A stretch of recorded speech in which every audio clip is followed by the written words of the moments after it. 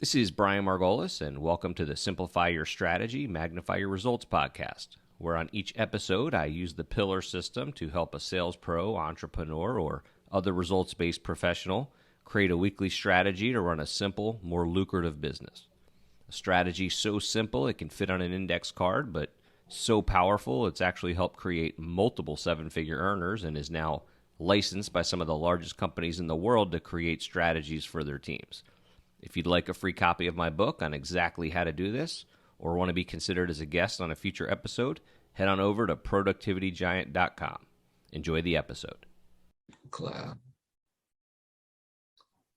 All right, so let's do it, Jack. Awesome. Thanks, Brian. I will give the quick background because this one's an easy one to sum up. You're in software sales. We met about 2 years ago ish when you joined one of my group programs. And so you know the pillar system, you know the game here, but not an uncommon situation. You started a new job. It's a little different than the previous job. And so you've kind of put together your pillars in a way, right? This is almost more like a pillar review call, and let's kind of sharpen these things up, right? So tell me if my summary is right. In the new job, and it is software, right? Or is it? Correct. Okay. Yeah. So this is for companies that need to hire people in other countries where they don't have locations or legal entities. And that can be a mess. So they come to you and, if they use your software or your platform, they basically can say, hey, I need to hire someone in, Paraguay or whatever. If that's even, did I even say that right? Is that a country? Yeah, nailed it. Is it Paraguay? Is it Uruguay? Yeah. Okay. Yeah. So you are able to make it legal and do all the compliance stuff for them by setting up an entity, take all that headache off their place, and now they can get that superstar from Honduras or wherever. Okay, perfect. So my first question to you then, just so I understand even more, is who is your target? Who do you call on personally? So that's the interesting thing about this role, I think, is right now we don't have territory set up. It's more of just a round robin setup where companies will come into the site, they'll sign up for a demo, and then they'll get assigned to sales reps. Okay. So we don't have necessarily a territory, but I think ideal company that we're going after isn't too large because most larger companies have entities set up in most countries just because they're more developed. Right. So it's probably a 20 to 200 person startup who is growing super fast, looking to hire internationally and doesn't have these entities in a lot of countries. So just fast growing, I would say tech companies are usually target ICP. Got it. Okay. And then do you, who's the person you target in these companies? Or are they such small companies that it's usually founder or not very far removed from the founder? Yeah, it depends. If it's a small company, 10 people or less, usually talking with the CEO who's saying, hey, we need to bring on developers or the salesperson in this country. If it's a larger company, you're usually talking with the head of people or head of recruitment or someone in the people team. Got it. And that's something you guys find out. Okay. So and you've only been doing this now for about 4 months.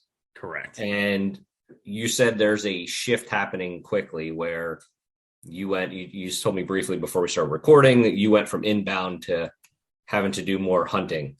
So explain that shift real quick, and then we'll kind of jump into your pillars. Yeah, I think just with the company growing and more reps getting hired and things like that, and just to be safe and try to close as many sales and as many deals as possible, it's going to be beneficial to do more outbound prospecting and have that as a part of my pillars. Okay. So inbound was keeping you busy, but now you're kind of trying to get a step ahead by starting to prime the pump. So you have inbound, but when those dry up or the company has too many sales reps for that to be consistent, okay, I got you. You want to go into hunting mode. Exactly. Yeah. Obviously hoping the inbounds keep coming in, but good to have kind of a mix of both. Okay. So so why don't we do this, since this is more like a pillar review call almost. Here are some of I'm just going to go down the list. You explain them to me. We'll talk about them. So you texted these, you put them in the chat for me. Activity pillar, 1 hour identifying prospects, right? So you're going to spend an hour a week identifying prospects.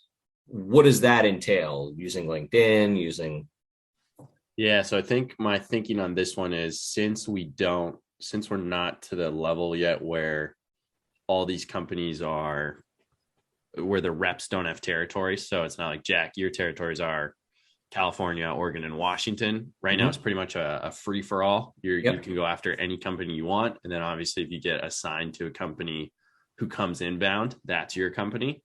So I think I need to spend time on primarily LinkedIn or the company's websites, finding these companies who have openings in different countries. And saying, hey, these are the 15 or 20 companies that I found this week who I want to reach out to and say, hey, are you having any of these issues that okay, so you're kind of working backwards. You're looking for people who are posting jobs in those countries. Correct. Yeah. Not for people who aren't doing it because they don't think they can. You're kind of saying, no, they're already doing it. We can make their life easier. I think that's probably the best way to go about it, because otherwise you're just guessing. 100%. I'm with you. Okay. So 1 hour a week of doing that, and I guess filling up your database, right, with those people. 15 personalized LinkedIn connection requests. Yeah. So once I have that list of, and maybe down the line, I change the first pillar from an hour of identifying prospects to identify X amount of companies that week who are a good fit. And I can kind of adjust these numbers as I go. But yeah, sure. 15 personalized LinkedIn connection requests to either the CEO if it's a smaller company, or someone on the people team if it's 50 plus, saying, hey, checking out your career site, saw that you're hiring in Germany and in Italy, but your headquarters are in France. Do you actually have an entity there, or do you whatever the messaging is? And do you put that right in the initial request? Depends. That's an interesting game where it's like, do you kind of get in stealthily, like, oh, okay, I just said yes to some guy, I don't even know who he is, and then you pounce on him right away? Or do you kind of let them know, like, this is why I'm reaching out to you? You can kind of reject me as not even taking my request.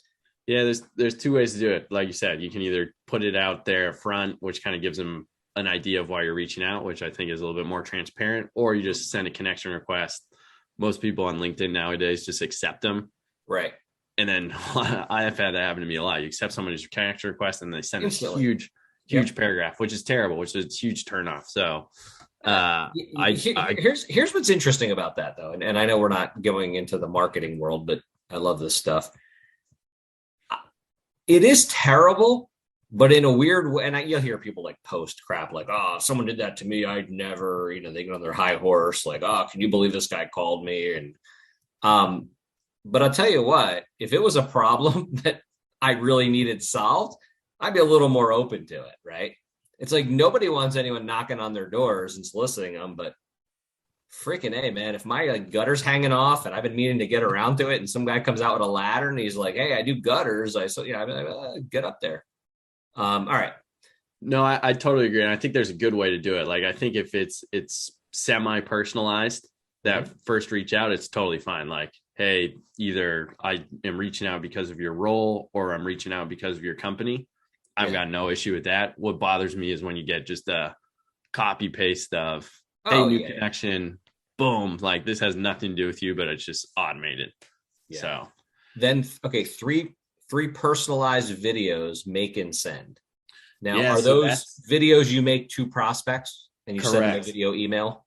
Correct. That's something I've had success with at past companies that I haven't tried with this new company. So you can use things like Vidyard or Loom, and then just attach to an email or attach to a LinkedIn message, or lots of different ways to send it. I haven't tried it at this company. I think it'd be good to give a shot. And you can almost just shorten that up to send 3 video emails, because obviously to send them, you got to make them because they're personalized, right? Yeah, no, that's Okay. true. I'll change that. All right. Email times call bundle. Oh, I see what you're saying. Send them an email, call them the same day, leave a voicemail. This sounds familiar. Something Yeah, some this guy is teaches. something I learned from you. Okay. Leave a voicemail that pushes them to the email. 5 7 days later, send that forward email. Okay.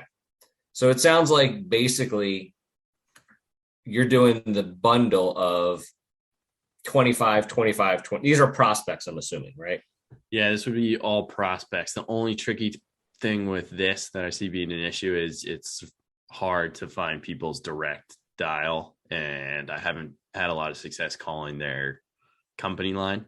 Just Mm-hmm. with COVID, I feel like it's really tough to get through to people. So Got it. the voicemails might not be a possibility for most people, but the emails and the forwarding emails definitely are. Right. But the spirit of it is that you're gonna try to call 25, knowing full well you won't.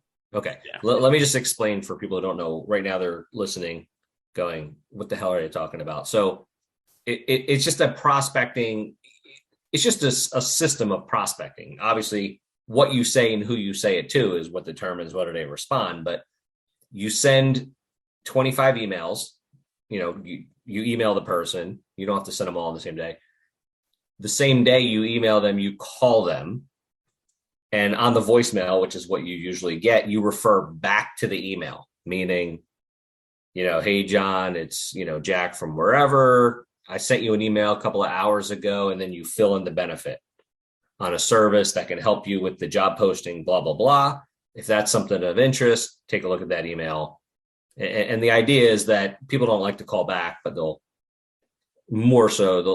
check out an email more often, at least, than they'll call you back, certainly. And then the classic, the next week, if you don't hear a response from that email, you hit forward on it and you put the little sticky note above, hey, thought this could be valuable, ... Okay. Or something like that. All right. So that's your prospecting 25, 25, 25. 3 coffee chats per week. Yeah, so that's something that we do at the company since everyone is since no one's going into an office. I wanted to set that up with other colleagues who maybe aren't in the sales department, just to get to know more people at the company and kind of understand what they're working on and see if there's ways I can help them just make more connections. How many employees at this company? It's about 750 right now. Okay. Is 3 seems excessive? Think maybe 1 or 2. I mean, I'm asking. It's okay. So there's 750 people, sales or whatever. I'm going, do you really want to be spending, how long is a coffee chat? I imagine 15 minutes. Okay. Quick. And it's easy to get off and on. I mean, some people just talk. I mean, like you and I were talking before I hit record, and you were asking me about this one thing you saw I did. And I was about to tell you about the scuba diving vacation I just took a couple of weeks ago. And I was like, all right, wait, hold off. We got to do something here. All right. So, okay, 3 coffee chats per week. Now, obviously, you don't control whether you have them, but you're saying you want to schedule 3 for the future, whether that's for tomorrow or okay. So schedule 3 coffee chats. Try to get that feeling that you get in the office when you're, going to the kitchen and you meet somebody from product who you probably wouldn't have crossed paths with if you hadn't reached out. Well, and I guess the goal here is you get information or insight, ways of saying things that maybe you didn't even understand or think about, or, got passed over in the training. Exactly. 3 reach outs per week to friends and family. Okay. So that's a personal pillar. Correct. 3 friends and family reach out, which you had that. My brain tells me a couple of years ago you had that. Yeah, I've just kept it in there. Okay. Just, this would be a question I don't usually get to ask on these, because a lot of times it's the first time I meet someone, but is that when you were doing it, was it working? Yeah, I think it's just good to stay in touch with people, and nice to have it as a pillar because it reminds you to do it, and sometimes something that could get overlooked, I guess. Got it. Okay. You have more friends than I have. 3 a week. 3 a week. I'd be out next week. Or I shouldn't say that. People that are willing to return. Okay. Anyway, follow-up pillar. So update and review your pipeline twice a week, Monday to Friday. Go through the full list. Touch base with all current. Okay. Explain this follow-up pillar to me. There's a lot written down here. Yeah, so this is just going through the current pipeline that you have, ideally twice per week, probably beginning and end of the week, making sure that you have reached out to all your current ops and making sure that you're getting done what needs to get done for that deal to close, which is obviously good for you to close the deal, but also is good for management that you have an accurate pipeline with correct close dates and correct sales stage and the correct amount that you're forecasting that deal to be. Okay, so this is similar to this is that idea that you have in your software some kind of, whether you keep an Excel doc or you use it, I'm guessing with a tech company, they make you do it all in the software, whatever. It's HubSpot or Salesforce. Yeah, you got the right. You print out, you have some kind of access to a report that says these are all the things I've identified in the pipeline. Twice a week, you're going to go down that name by name and decide, do they need that next email, whatever, right? Yeah. Or, hey, this company has gone dark. They haven't gotten back to me in a month since we first chatted. I'm probably going to close this opportunity and then move on to ones that are more high priority. Okay. Right. And that's the kind of the update thing, the update and review your opportunity list twice a week. And hopefully there's a lot going on. It takes you a long time to do that. But yeah, ideally it would be great. Yeah. I mean, that's the money pillar. Exactly. It's been the money pillar in my business forever. So my Excel follow pillar. All right. Learning pillar, 1 hour per week on messaging, inputs, webinars and reading, output, crafting the pitch, 30-30 studying customer stories. Okay. Are those two different pillars? Yeah, I think I need to update this one a little bit, but it's basically spending an hour just improving your messaging, going through, seeing what's working on LinkedIn, seeing what's working via email, fine-tuning things, testing different things to see how you can get a better response and ultimately drive more meetings. And you have input and output on here. So input meaning reading books, listening to podcasts, whatever, on effective messaging. Output being actually taking what you're learning and crafting the pitch, making the email, whatever. And then the customer stories part was just being able to tell good stories of customers that you're working with or colleagues are working with when you're talking with prospects or customers about, potential things that they could do. Right. So is that why you thought about combining them, or you kept those separately? I could probably separate them. I just put them together because like crafting the pitch with the customer stories involved there. I thought they were kind of combined, but it's fine. Could be separate. Yeah. No, I think that's fine. I think just maybe bump it to 90 minutes then. Okay. Yeah, it's probably a good idea. Like 90. So now, do you tend to lean toward input versus output or vice versa? Like you'd rather read about it or listen to a podcast on effective messaging or whatever versus actually doing your job? With the messaging, I'd probably lean more towards the input than the output. Yeah. Right. Okay. So we should, like you said, we should probably put a number on this where, how much do you need to do each week minimum of actually crafting? I mean, is this a 45 minimum? I mean, it'll probably go down every week. Like now it's going to be higher because I don't have a ton of good stuff that have been standing out and need to create some new stuff. But once, February comes around, March comes around, I'm probably going to have a more fine-tuned message and I'll probably have to spend less time every week changing things. Right. You'll just be more trying new things. Yeah. Fine-tuning. Okay. So I would say make this 90 minutes and at least 45 has to be output. Okay. Right. So 45/90 messaging, of the 90 minutes, it can all be output, but at least 45 of it has to be you actually crafting. Yeah, I like that. Again, it's going to force you because, I can listen to podcasts all day, but if all I ever do is listen and read about stuff and don't actually do it, not getting anywhere. 1 hour sharpening the axe, sales and marketing. That's reading books. That's going the webinars that are going on, just always trying to get a little bit better. Okay. You have about 40,000 pillars here, right? We're going to be trimming these down. Okay. It's a lot. Yeah. 1 hour, sharpening the axe, sales and marketing.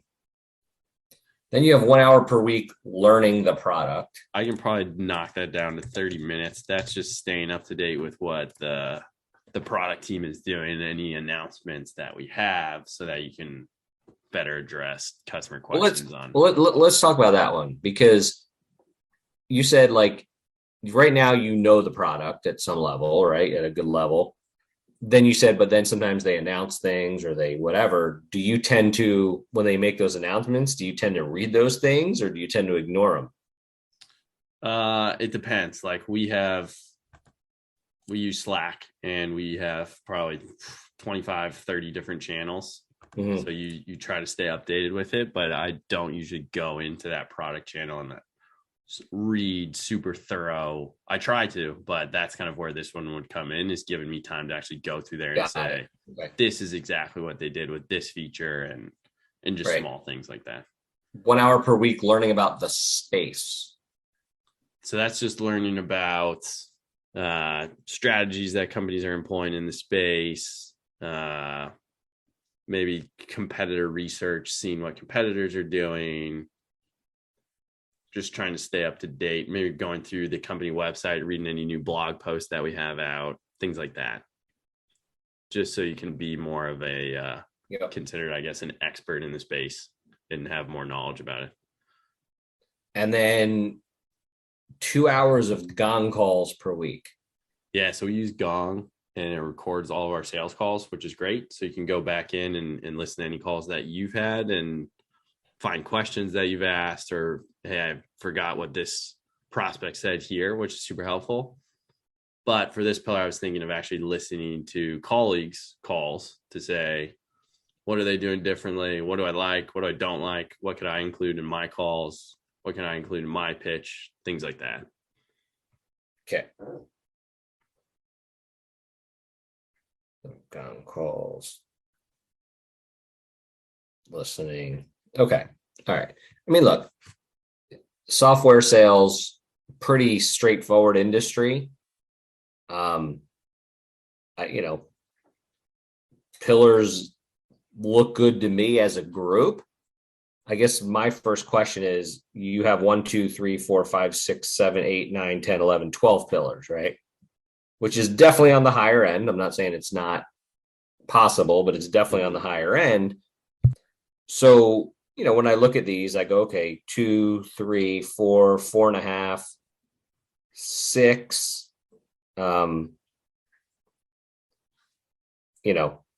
just your learning pillars and stuff are like 6 hours a week, right?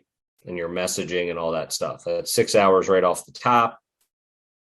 The 3 friends and family reach out, that's a personal pillar, so it doesn't really, and it takes 2 seconds, it doesn't take long anyway. The coffee chats, 25, 3 video emails, 1 hour of ID and prospects, 50 personalized. They all seem legit, right? They're all things, and this is the game now, right? These are all things that will help your business. Mm-hmm. But obviously you need time to do, to respond to whatever. If you had to eliminate one of these pillars, I'm just asking, of these 12 pillars, which one would you eliminate or reduce? Probably the coffee chats is the one I would X first. Mm-hmm. Something I haven't been doing and wanted to start doing, but is it going to make a huge difference to the bottom line? Probably not.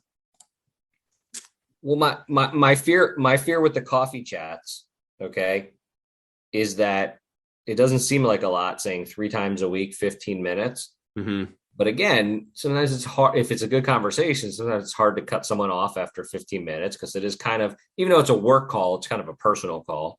Yeah. Because you're kind of getting to know someone, you're kind of whatever.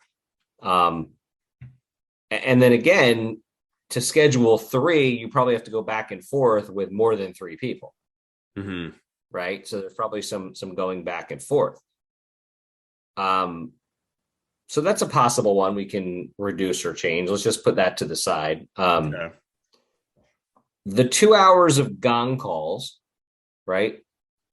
So to me, again, this is the only people I'd want to be listening to are people that you determine ahead of time are really good.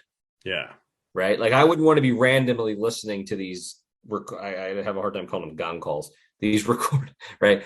But to just randomly listen to 2 hours of recorded calls, again, maybe you already know who some of the good guys are and good ladies are and all that kind of stuff. I think that's a good point. I think we could probably reduce it to an hour, which would be about 2 calls per week that I listen to, because most calls are about 30 minutes. And yes, I have, in my mind who I think the top reps are. So it'd be listening specifically to them. But the other thing with those calls is I have a feeling 10 weeks from now, 12 weeks from now, certainly 3 months from now, if there's a few top reps, you're going to kind of have heard most of it, right? Not all of it, but most of it. Here's what I'm thinking. And again, you don't have to go for this. You can have as many pillars as you want, as long as you think you'll hit them. I almost feel like that can be part of sharpening the axe. Okay. Yeah. Right. I almost feel like you can make a decision just for the sake of time. You can make a decision each week, right? What's the best thing I can do right now to sharpen the axe? Should I be listening to these recorded calls? Should I be reading a certain book? Should I be, you can kind of make a decision. I would put that under sharpening the axe. I like that. Yeah. Would you increase the time? Would you put it to like 2 hours sharpening the axe a week, or would you just leave it at one and put that I would look, remember, these are minimums. Okay. Right? Yeah. So if you have a week where you don't have a lot going on, or there's a space and it's like, yeah, I want to, listen to some gong calls and, the idea of this is to be consistent, that week in and week out, you're getting better. Right.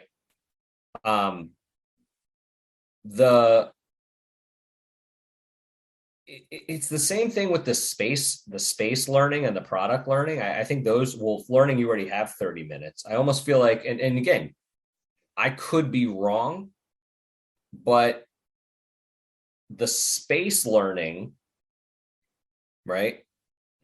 Yeah, let's say it this way. I would get rid of, for now, by the way, just because something's not a pillar doesn't mean you can't do it. Yeah, exactly. Right? But I would get rid of coffee chats. Okay. I would roll gong calls into sharpening the axe. Okay.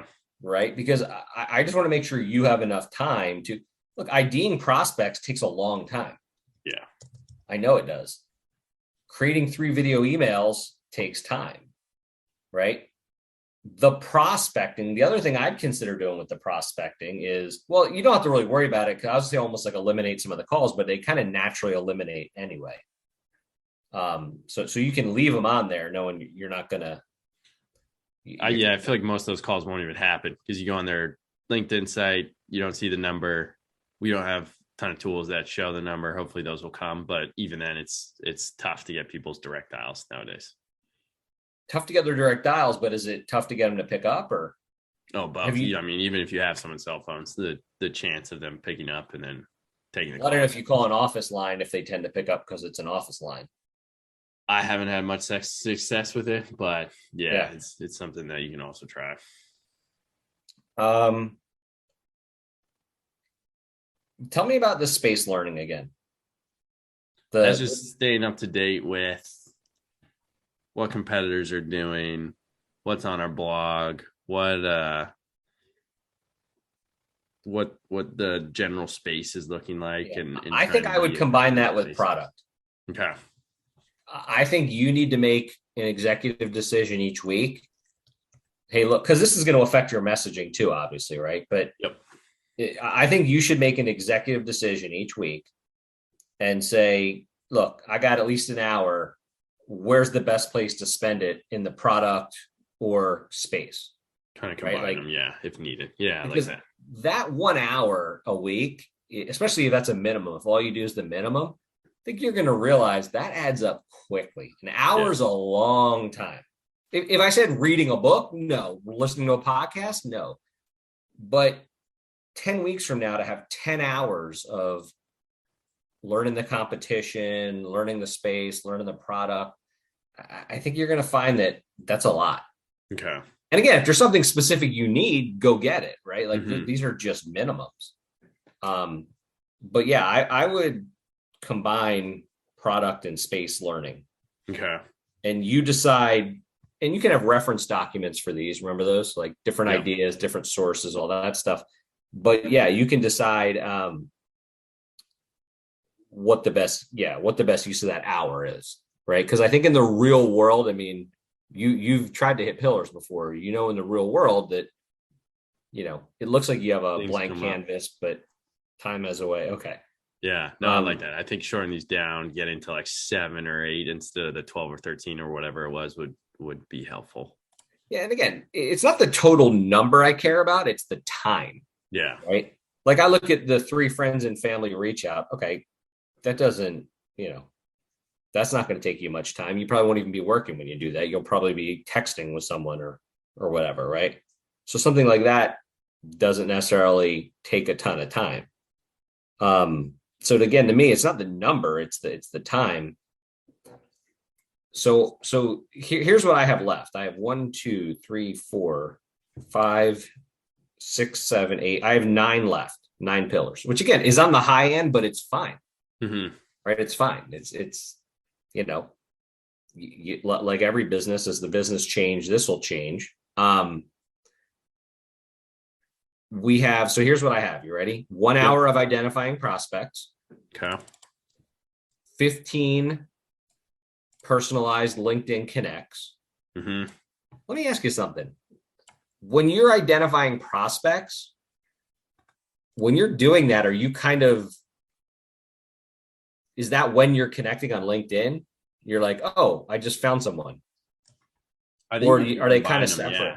Because to find the companies, you're usually using LinkedIn and putting in different search criteria. And then once you find them, you could either set that company aside to go through later, or you could say, hey, let me check the career site now. Let me check who's in the people department. Let me see who the CEO is just at that same time, and then send out the connection request while you're going through it. Well, let me ask you something. So, and just humor me for a second. If I said if you need to send out 15 personalized LinkedIn connects a week, wouldn't you kind of be forced to do the research? Probably. In other words, I mean, maybe we need to put criteria around what counts as those 15, like 15 personalized LinkedIn prospect connects. Yeah, exactly. As long as it's like a net new company. Right. Well, yeah. And you can define it how you want, right? Like, yeah, if you're already dealing with a company and all of a sudden it says, you may know the guy who works in the cubicle next to him. Yeah, go ahead and hit it. But that's not what we're talking about here, right? I almost think, and again, it's your brain, how your brain works, right? But I almost think they're kind of one and the same, the 1 hour of IDing prospects and the 15. And I have a feeling it takes you more than an hour, probably, too. I could be wrong. Yeah, I almost want to just get rid of the personalized LinkedIn connection one, because it's going to come. Well, my brain was going the opposite way. Really? My brain was going, because I don't want to punish you for efficiency, right? Or finding sometimes you hit a vein, right? You're like, oh, there's these companies that do this, and this is you kind of hit a vein, if you know what I mean. And to me, the idea is the results. If every week you sent 15 of those, or 10, or whatever the number was, in this case, you say 15, you're kind of going to be in a pretty good position, right? Because that means you're identifying them and you're reaching out to them. Yeah. Right. Or you could get rid of both of them and just have it be like, identify X amount of companies who fit the ICP. And then once I've identified those, I'm obviously going to go through these steps that week. Well, I mean, however you want to do it, because it seems like the last step is sending the LinkedIn request. Yeah. Right. And so it's kind of like, to me, that's kind of when I would cross it off. Okay. That makes sense. Yeah. Right. But again, if your brain works the other way, let's go with your brain because you're the one that has to do this. But I'm thinking, okay, 15 also seems like a lot, but I could be wrong with all your inbound stuff. But basically, if you send 15 personalized LinkedIn prospect connects a week, you're going to be in a good position, because to get to that point where you can send it, you've got to find the companies, you've got to learn, you have to set aside time. I just don't want to penalize you for, finding a vein, finding better ways of doing it, finding leverage, right? I don't know if you have like an internal or anything like that or whatever, but you never know. You find a database, why penalize yourself for that?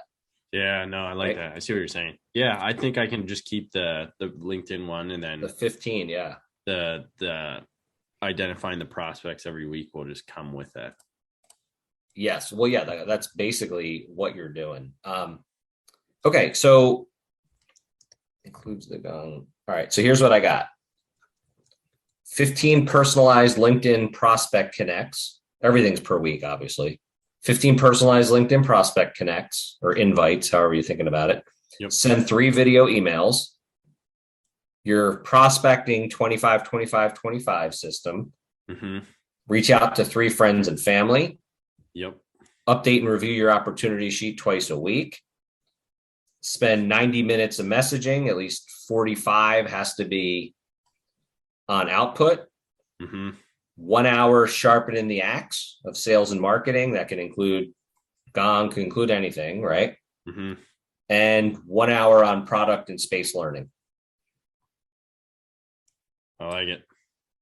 Yeah, because I'm a big fan of learning pillars and effectiveness, but sometimes good enough is good enough. And, I don't want you to be doing so much learning that you're not actually out there learning.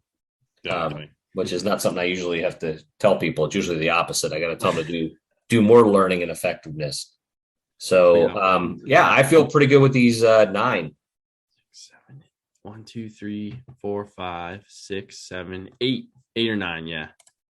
Around 9. No, I think they're solid. And I can type them out as I have them and send them to you. You're too good. Yeah. Thank you so much. That'd be great. Yeah. Well, I have to write them out for the notes for the show anyway, but I think we're good. Cool. No, that was super helpful. I think I got a solid base here now, and that was really great at the end, combining 12 or 13 down to 8 and just keeping it more simplified, because otherwise it turns out to be a lot. Those first few weeks are pretty easy to get them done, and then it's all about consistency. So thanks for listening to another episode of Simplify Your Strategy, Magnify Your Results. If you know someone you think could benefit from this episode, be their hero and share it with them. If you'd like a free copy of my book, or you want to be considered as a guest on a future episode, head on over to productivitygiant.com. Have a great day, and thanks again.